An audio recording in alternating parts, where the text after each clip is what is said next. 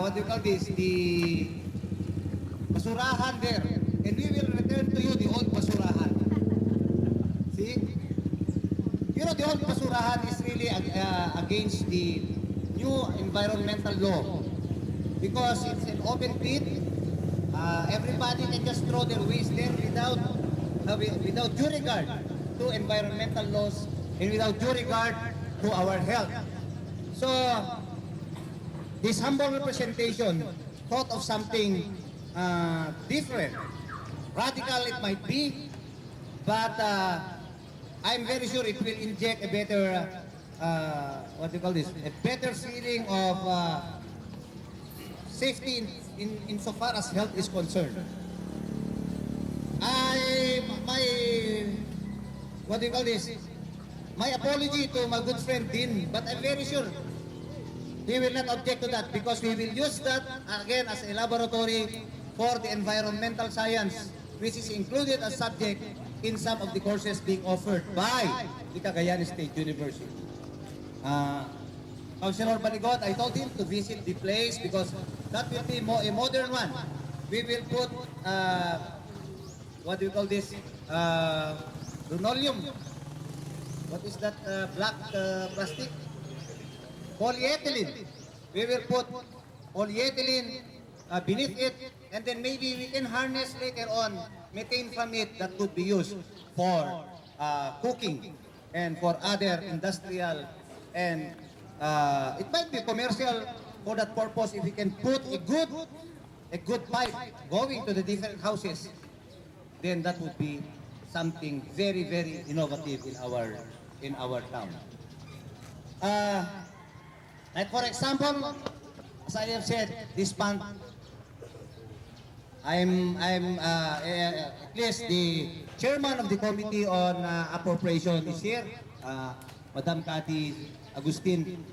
I hope they can provide funds next year for the beautification of this place. I can see it that there is so much hope in this place because if we only turn that into a place like Burnham Park, where we can put some of the kubos around, then we can sell our native delicacies, our native foods. Then there is something that pilgrims, there's a reason for the pilgrims to stay put and spend money for our municipality, for our people. So it keeps on, my mind keeps on working even if I sleep. And there's so much space for improvement. All we need is to work together as a good fighting, good, what you call, like a brand new machine, where all the pistons are synchronized. So, in fact, there was somebody, a private individual who wanted to put a zip line along this line from that Nagtabungaw small mountain there where we will put the cross in the sky. And it would seem that it's a bright idea to put a zip line from that place up to the commercial building. But the danger, if somebody will fall, then that's the end of my career as a as a politician, as a lawyer, and maybe I will lose my mind or I will feel guilty about it. But maybe if we can put some, not on that part, but somewhere else, because some of you haven't visited the place north of this place. There are still mountains there or hills that could be developed into a very, very nice, what do you call this, tourist area. The hope of this town is not what we call industry. Because there is no industry here except the Cagayan Sugar Robino Corporation. That is the only factory that we have. So we must put our focus on agro-tourism or what we call this, religious tourism. Because in this line of, if we put our line of fire on that particular project, then something could be done.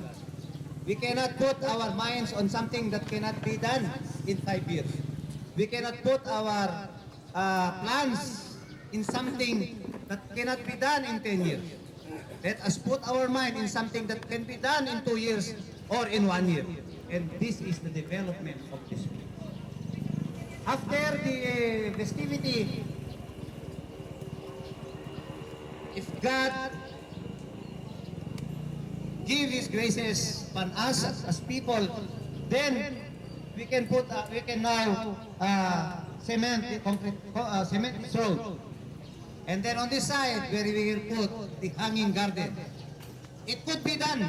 I tell you, there will be the hanging garden of Babylon in the Bible, built by King Nebuchadnezzar. It could be done. They can build a garden, a hanging garden in a desert. Why can't we not put a hanging garden here in Piat, where water is so abundant? It could be done. It's only, we only put our plans not only in our mind but also in our heart. We will put the hanging garden there, which will be a what we call one of the attractions here in Piat.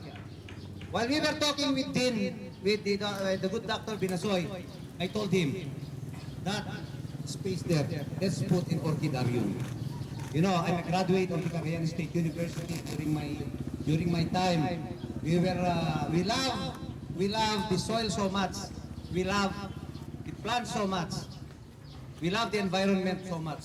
And I'm very happy that it's still here in my hands and still in my thoughts and in my heart.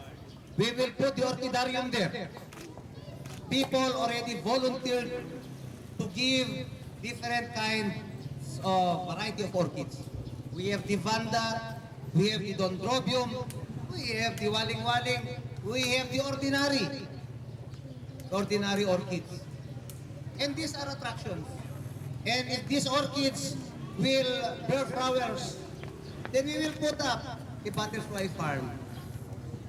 These are the things that could be done in 2 years, if only God will give His graces upon us. But let us not depend on that alone. It is in our hands that these things could be done. And look at this place. I never thought this place will be as beautiful as this, because once upon a time there was a house built in where we are now standing. And it was so hard for me. You know, my heart bled when I sent people out of this place. But then there is that maxim that salus populi est suprema lex. The welfare of the people is the supreme law. So I removed them in this place. But no one was displaced. Why? Because they were transferred in bliss. And that will be theirs forever. Because what they occupy there is owned by the government. It is the bliss property, which means bagong lipunan, improvement of sites and services. That was given during the time of Marcos. And the documents are still there. There are still spaces available, but that will be reserved for those who will be displaced. And of course, they were given some spaces there. No one was new there. No one is new there. I mean, all those removed here were brought there to have their own businesses. And they are now happy with their earnings, because their earnings went tenfold. It's not twice that amount. My dear friends, as I have said, there is so much hope. There is so much hope. But there is a gargantuan, ginormous, and so big responsibility that is on our shoulder. It is not mine alone, but it's all ours. It's all ours. It's the responsibility of each and every one of us to keep this town clean and green. I am a person who is so much engrossed with cleanliness that it is something that Piat should be proud of. Again, mahaba ng sinabi ko, but I like to speak when I'm tired. See? And of course, you have no choice. Because you are tired, you have to sit down and listen. You see? You see? That's the beauty of having an exercise in the morning. But unfortunately, my wife is not around to listen. She's still sleeping, but my daughter is. See? And the face of Piat now, with that mural that we have built there, with the mural, that is the face of Piat. That is the face of everybody. You open your Facebook, you open the internet, it's there. It's there. I never thought something like that will come. I never thought that it could be done. So it's not the job, it's not the work of human. It's the work of all of us. It's the work of all the people of Piat. So it is our. So good morning to all of us. Let's not wag na muna tayong naalis kasi meron tayong mga award. Siguro meron akong award din na natapos ko yung 5K, no? Pero kulang pa eh, din. Again, there are some activities yet to come. Please attend. Let's listen. Let's look at the beautiful booth there. Let's buy what's inside it so that this will encourage these children. Let me see who is calling. It's my wife. She might thought I'm somewhere else. But the good thing is my daughter is here. So anyway, I encourage you to buy the goods that they have in their booths so that they will also be encouraged to next year to build one like that again and to sell their wares. So to all of us who are here, thank you very much. I'm sure we are all very healthy. Keep on moving.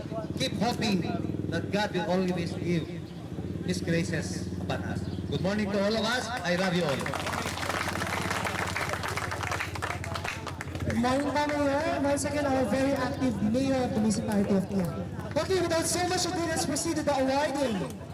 May we have, may we now give them the certificates for the 3 kilometers and 5 kilometers while we're having the awarding.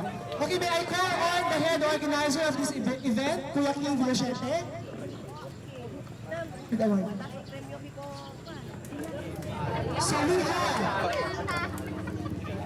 champion for the 1 kilometer run, we have Miss Liza Soriano.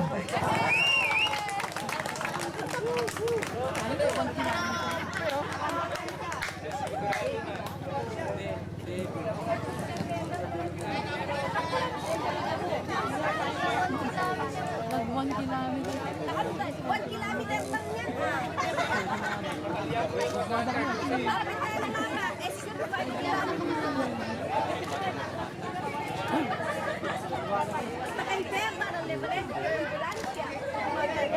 Ayan, hindi ba? At ang kanyang napakahigpit na kalaban.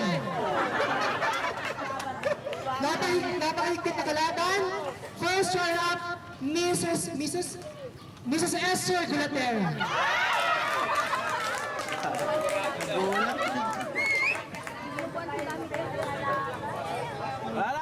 Pagod. Mrs. Esther Gulatera. And yung representative ko. Pagod. Hindi na po makatayo. Pagod. Ay, yun pala yun. May kamali po ata tayo. Yung trophy po ata ang bibigay natin. Hindi ata. Yung talaga ang bibigay natin. At si Ma'am ang may medal.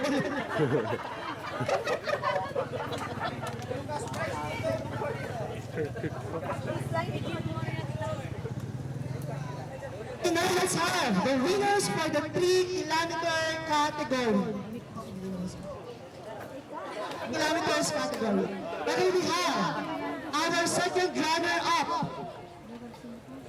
Engineer Bong Peralta of the local government unit. Engineer Bong Peralta.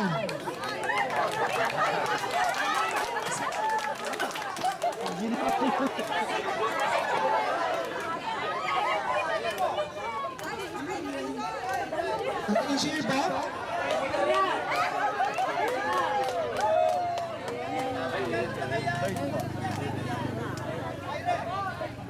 Okay, thank you, Engineer Ben. Okay, now the first runner-up is Mr. Ronald Cortez.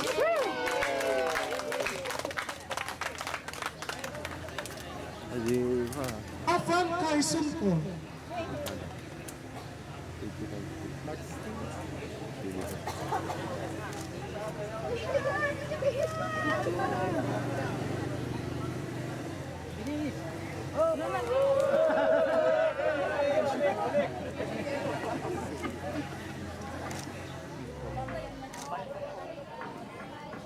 Tagal. Ayan, thank you, Kuya. And now, our champion for the 3-kilometer run, we have March D. Beran. March D. Beran. And to award the trophy, we have Councilor Cathy March D. Agustin to award the trophy to our champion. And the cash prize.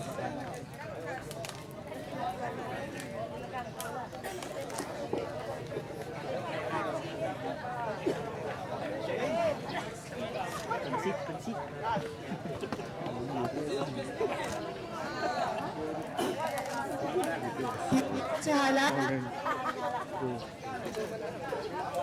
Okay, and for the 5 kilometers category, our second placer, Mr. Clement Ortiz.